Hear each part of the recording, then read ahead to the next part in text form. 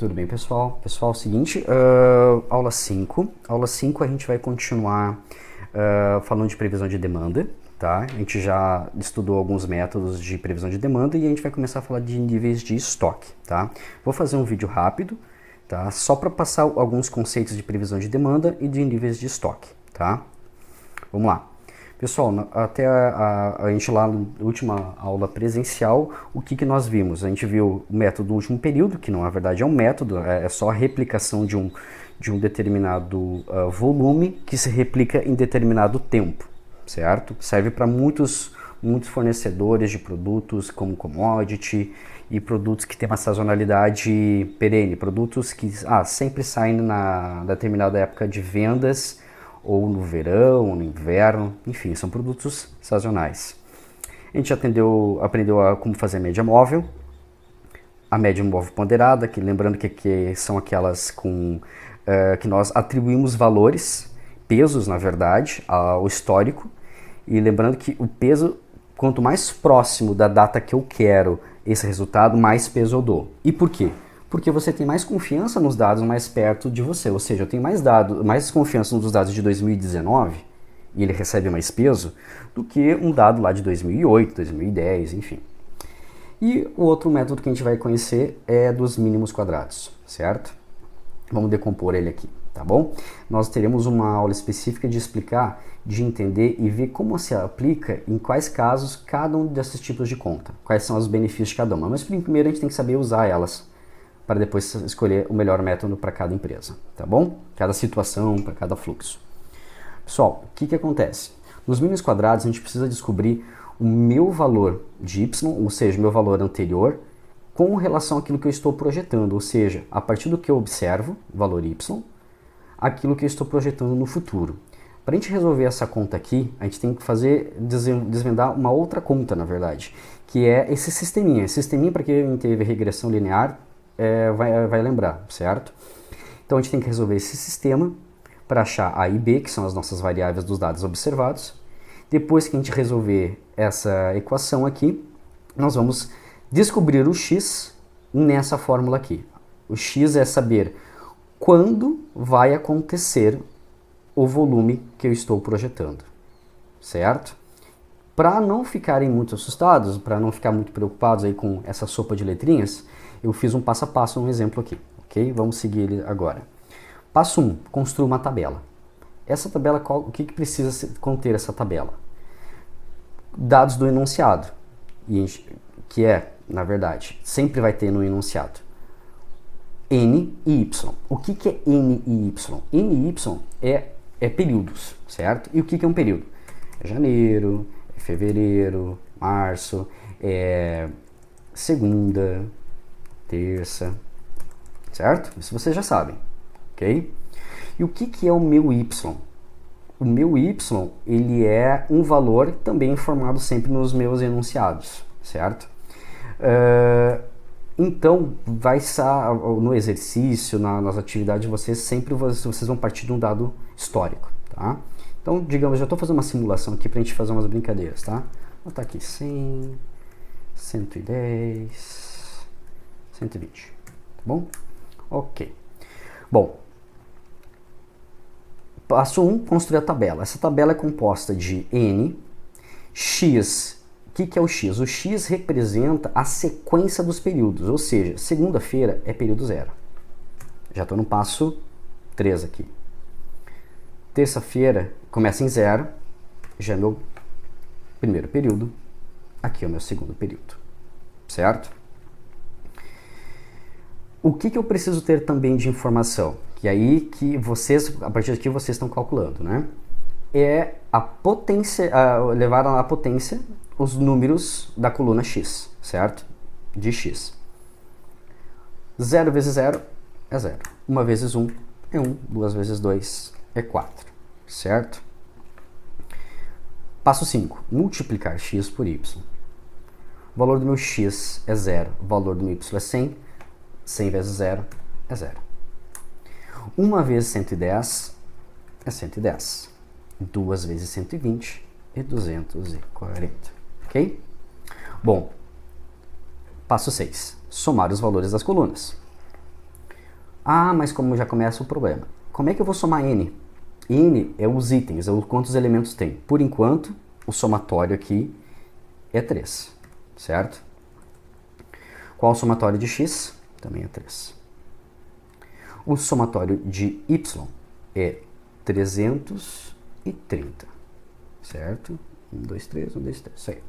O somatório de x na potência, 2, é 5.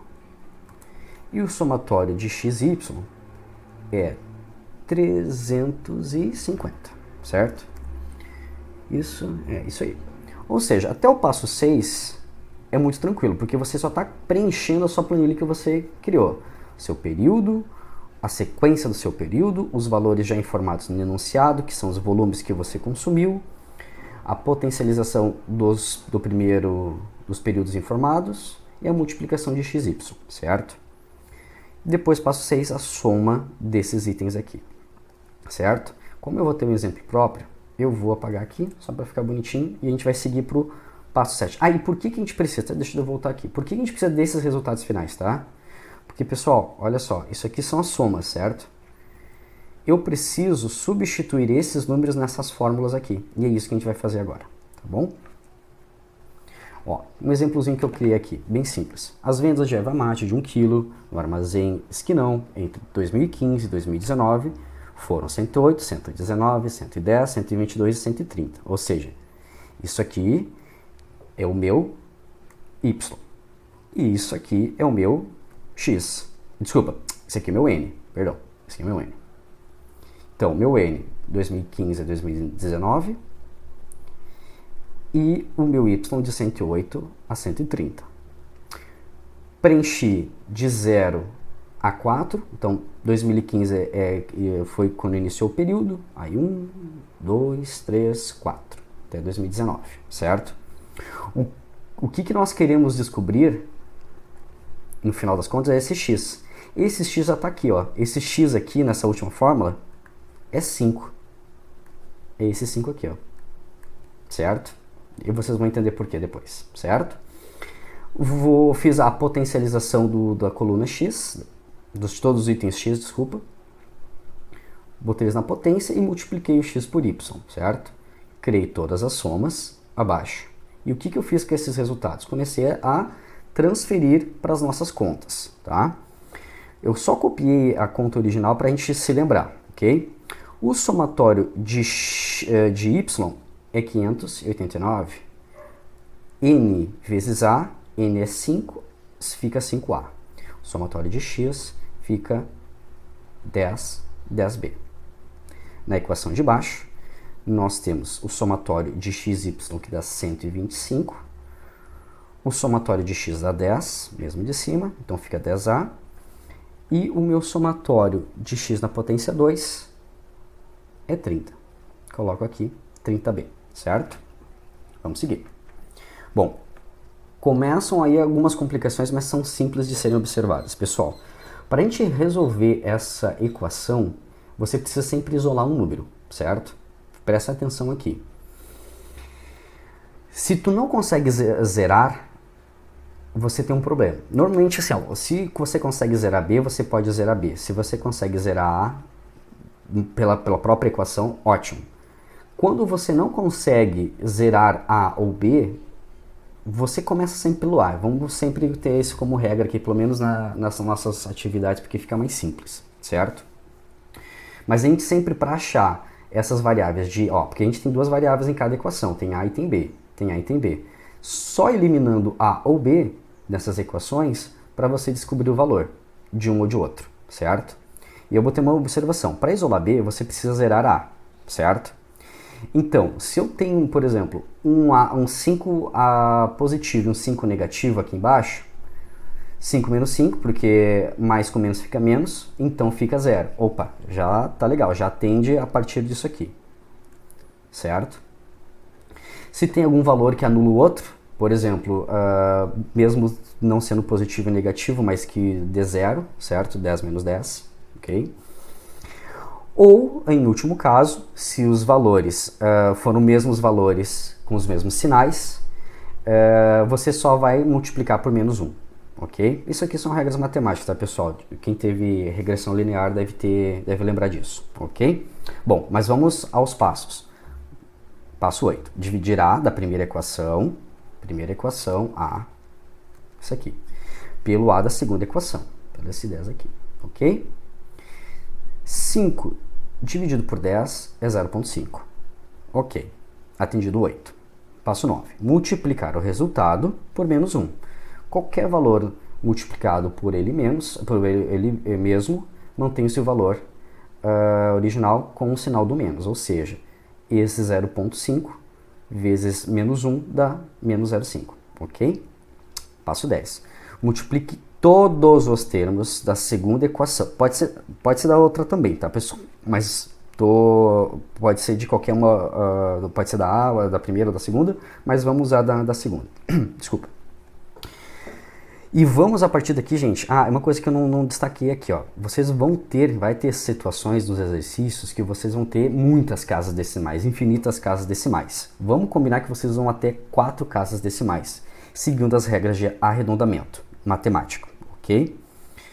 Até aqui, quando chega no passo 10, você já pode diminuir para as casas decimais. No máximo 2 já fica bom, certo? Muitas vezes, até aqui mesmo, vocês vão ter que forçar na mão. Por exemplo, o seu resultado era chegar em 5, certo? Aí deu 4,99999. Pela regra de arredondamento, é 5, certo? Bom, então multiplique todos os termos da segunda equação pelo valor, certo? Peguei a segunda equação, que a segunda equação é essa aqui, ok?